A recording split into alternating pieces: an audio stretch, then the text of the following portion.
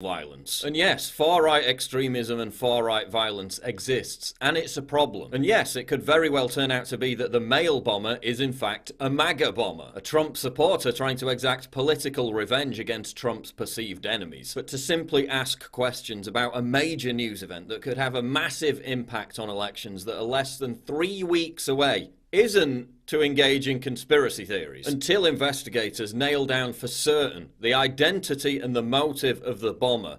Everything is a theory. So here are a few questions. Why would a Trump supporter engage in a campaign of domestic terrorism that could only have the effect of making Trump look bad? Why would a Trump supporter engage in a campaign of domestic terrorism that would distract from the migrant caravan, a winning political issue for Trump? Why would a Trump supporter engage in a campaign of domestic terrorism right off the back of Trump securing a major political victory in securing the nomination of Kavanaugh? Why would a Trump supporter engage in a campaign of domestic terrorism when polls showed that the race for Congress was starting to narrow in favor of Republicans? The package sent to former Vice President Joe Biden in Delaware wasn't delivered because of postage due. Who would go to the trouble and risk of building a mail bomb and then forget to add the right postage? And why did the bomber attach postage to a package that was delivered by a courier? Why would the mail bomber put what looked like timers on the bombs when he had no idea when they'd be delivered? Whoever this guy is, I think it's safe to say he's not the brightest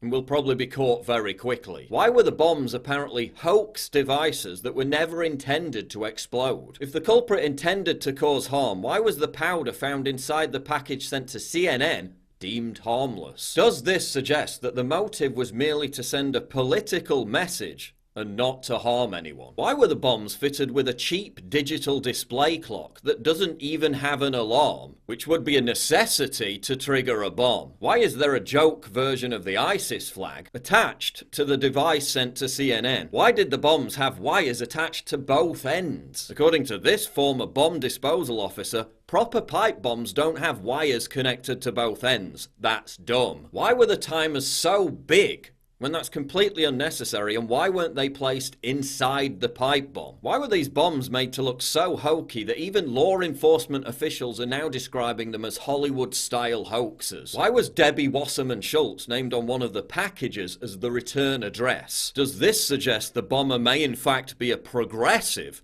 angered at the DNC's treatment of Bernie Sanders? If the media really cares about condemning political violence, why have they spent the past 2 years either ignoring or tacitly endorsing Antifa-led political violence? If the media cares about condemning political violence, why did they all but ignore the bomb threats against Trump and the rioting sent to Don Jr. and the Pentagon? If the New York Times really cares about toning down the rhetoric, why did they just publish a short story depicting the assassination of President Trump? Why have images of the packages and details of their attempted delivery been released when this harms the investigation to catch the culprit? If Hillary Clinton really cares about civility, why did she denounce civility just 2 weeks ago? But it is a troubling time, isn't it? And it's a time of deep divisions, and we have to do everything we can to bring our country together. We also have to elect candidates who will try to do the same. You cannot be civil with a political party that wants to destroy what you stand for, what you care about. That's why I believe if we are fortunate enough to win back the House and/or the Senate, that's when civility can start again. If Democrats really care about civility, why have some of them been encouraging people to harass and intimidate Republicans for months? And if you see anybody from that cabinet in a restaurant, in a department store, at a gasoline station, you get out and you create a crowd. And you push back on them.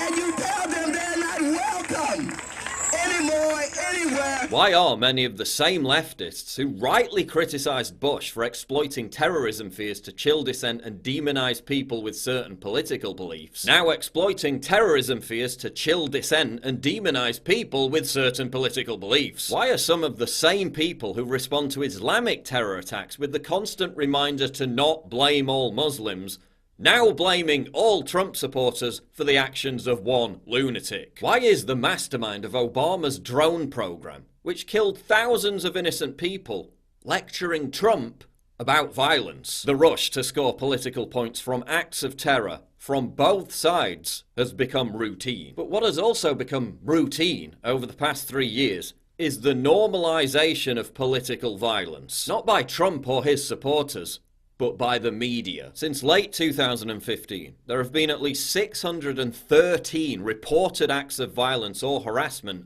targeting Trump supporters or Republicans. Some of them media or Democrat approved, and many more that went unreported. When the media tells us that political violence is horrific and should be vehemently condemned, I fully agree. I just wish for once they'd take a look in the mirror and follow their own advice.